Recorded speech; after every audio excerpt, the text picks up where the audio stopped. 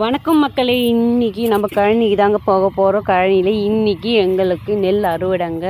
Already நெல் machine அறுவடை machine already போயிடுச்சுங்க. நெல் ஏந்திரம் அறுக்கிற மிஷின் ஆல்ரெடி போய் அறுத்து இருந்தது. எங்களுக்கு காண்டாக்ட் பண்ணாங்க.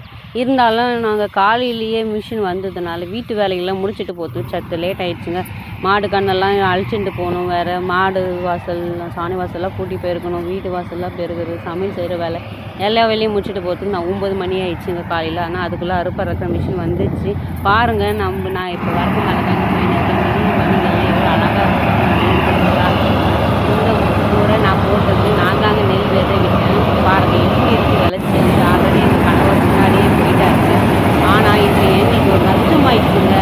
லாபமும் இருக்குது, நஷ்டமும் இருக்குது. வீடியோ ஸ்கிப் பண்ணாமல் பாருங்கள். ஸ்கிப் பண்ணாமல் நீங்கள் பார்த்தீங்கன்னா தான் நான் என்ன சொல்ல வரேன் உங்களுக்கு தெரியும். எதனால் நஷ்டமாச்சுன்னு நான் உங்களுக்கு லைவ் வீடியோவில் நான் சொல்கிறேன். முதல் தடவை நம்ம சேனல் பார்க்குறவங்க இருந்தால் சப்ஸ்கிரைப் பண்ணிக்கோங்க ஃப்ரெண்ட்ஸ். நம்மளுடைய வீடியோவுக்கு லைக் பண்ணிக்கோங்க. நம்மளோட ஷெட்டு இது தாங்க, பாருங்கள் சுற்றி இருக்குது. நம்ம எங்ககிட்ட இந்த ஷெட்டு கொடுக்கும்போது ஷெட்டெல்லாம் இல்லைங்க, கைனி கொடுக்க குத்தைக்கு தாங்க வச்சுருக்கோம். அந்த மாமரமும் பட்டு போய் காஞ்சி போய் குச்சிங்க தாங்க தெரிஞ்சுது. ஆனால் இப்போ பச்சை பச்சைன்னு இருக்குது. பப்பாளி மரமெல்லாம் இல்லை, பப்பாளி பழம்லாம் பழுத்துருந்தது, இப்போ கிடையாது. சரி, ஷெட்யூலில் போய்ட்டு நான் எத்தனை அந்த சாப்பாடெல்லாம் எடுத்துன்னு போய் வைக்கலான்னு பார்த்தா ஒரு சின்ன சத்தம் உசு உசுன்னு சத்தம் கேட்டு என்னன்னு பார்த்தா பெரிய என்ன பாம்புங்க, நல்ல பாம்பு தாங்க.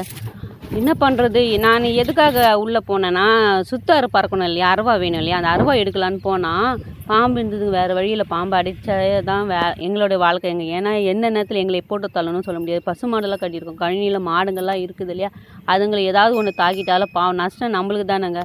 அதனால் ஏன் இவ்வளோ நாள் இருந்தவங்க கண்ணுக்கு தெரியாமல் போயிருக்கலாம், வேறு வழி இல்லாமல் நாங்கள் அடிக்க வேண்டியதாக போச்சு.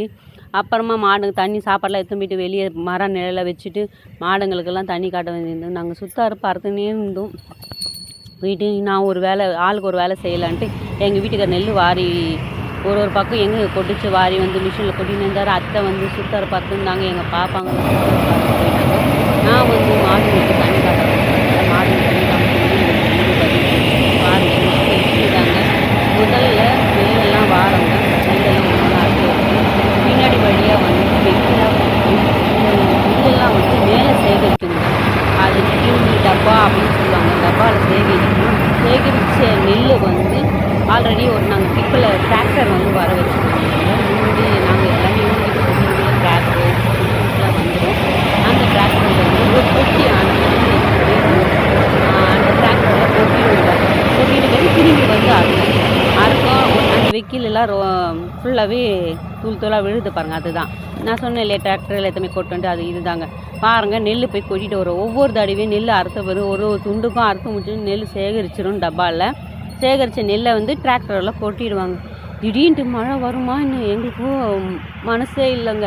ஓடு குட்டு குட்டுன்னு ஓடி போயிட்டு டாட் எடுத்துன்னு வந்து டிராக்டர் மேலே போட்டு மூடி வச்சுங்க.